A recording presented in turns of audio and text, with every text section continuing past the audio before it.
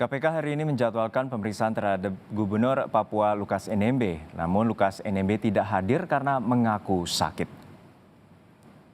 Surat panggilan pemeriksaan KPK sudah dilayangkan sejak pekan lalu. Lukas rencananya akan diperiksa sebagai tersangka, namun pihak Lukas menyatakan tidak akan menghadiri pemeriksaan dengan alasan sakit dan meminta izin untuk berobat ke luar negeri. KPK menegaskan izin untuk Lukas baru akan diberikan setelah Lukas menghadiri pemeriksaan. KPK juga menyediakan tim khusus untuk memeriksa kesehatan saksi dan tersangka yang akan diperiksa. Pemeriksaan hari ini sejatinya menjadi panggilan kedua KPK bagi Lukas NMB. KPK pernah memanggil Lukas pada 12 September lalu, namun Lukas juga tidak hadir.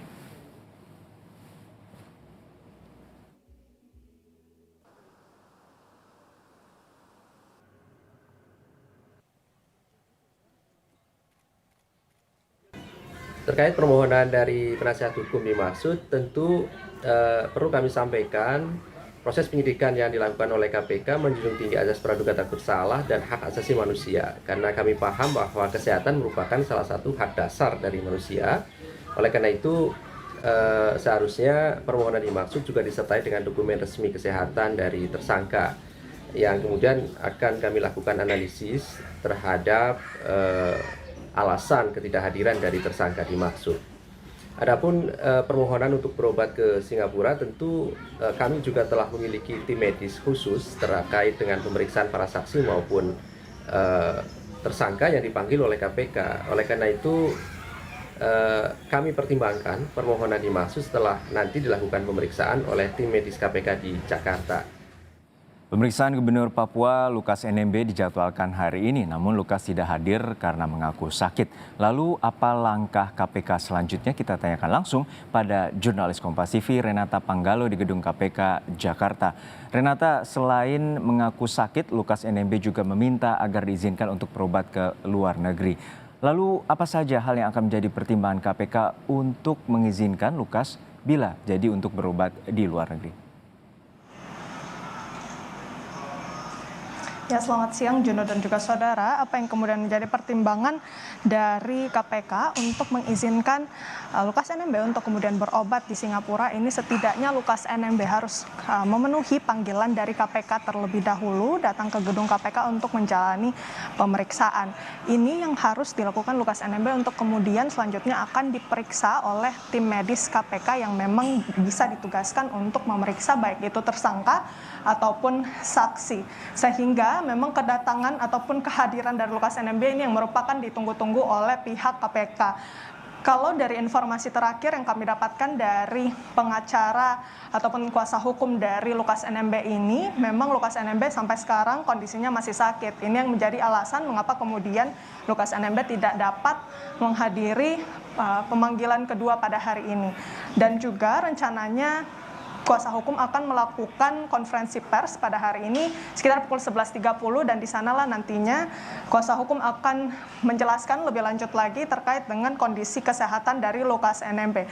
Setidaknya dari kuasa hukum ini rencananya akan datang ke KPK, tapi informasi ini masih akan kita terus konfirmasi dulu kepada pihak pengacara karena ini masih menunggu konfirmasi dari kuasa hukumnya. Lalu kemudian yang dinantikan juga oleh pihak KPK adalah rekam medis dari Lukas NMB sendiri untuk memastikan apakah Lukas NMB ini memang benar-benar sakit, sehingga perlu dianalisis juga oleh KPK terkait dengan kondisi Lukas NMB.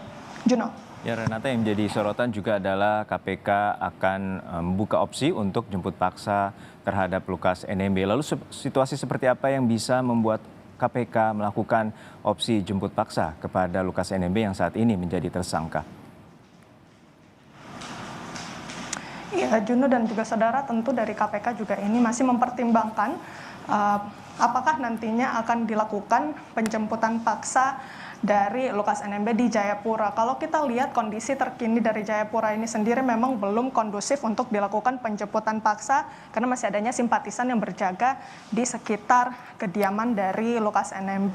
Kemudian juga penjemputan paksa ini memang salah satu langkah yang bisa dilakukan oleh KPK, dan hal ini juga sudah diatur dalam kitab Undang-Undang Hukum Acara Pidana pasal 112 ayat 2, yang dimana saksi ataupun tersangka yang belum menyanggupi begitu panggilan dari KPK. Yang kedua ini bisa dilakukan penjemputan paksa. Oleh karena itu memang ada potensi bahwa nantinya KPK akan menjemput paksa, namun untuk sekarang ini masih akan dilakukan ataupun masih dipantau tergantung dari situasi yang terjadi di Jayapura. Selain itu juga kalau kita melihat figur-figur lain yang pernah menjadi tersangka dari KPK ini, kita bisa melihat kasus Setia Novanto yang dimana ia pernah mangkir dari pemanggilan KPK sebanyak 4 kali, kemudian akhirnya dilakukan penjemputan paksa pada pemanggilan yang kelima. Ini yang bisa juga menjadi referensi untuk kita kemudian melihat bagaimana kasus dari Lukas NMB ini akan ditangani oleh KPK. Selain itu juga Juno dan juga saudara, kita ketahui sudah ada beberapa langkah lainnya yang sudah pernah ditawarkan oleh KPK untuk kemudian Lukas NMB bisa memenuhi panggilan dari KPK. Kalau yang kita lihat ini juga pernah saat pemanggilan pertama di Papua juga sebenarnya KPK sudah pernah melakukan pemanggilan tepatnya di Makobrimob Papua untuk pemeriksaan terkait dengan Lukas NMB sebagai saksi. Tapi ini pun juga tidak didatangi ataupun disanggupi oleh Lukas NMB karena alasannya yang sakit. Oleh karena itu masih kita tunggu dan lihat apakah nantinya KPK akan melakukan penjemputan paksa atau melakukan pemeriksaan kembali di Jayapura. Tapi untuk saat ini memang yang kita tunggu-tunggu adalah bagaimana kemudian kondisi kesehatan terkini dari Lukas NMB yang akan diungkapkan oleh kuasa hukum dari Lukas NMB sekitar pukul 11.30 nanti. Juno. Baik, terima kasih atas laporan lengkap Anda, Renata Panggalo dari Gedung KPK Jakarta.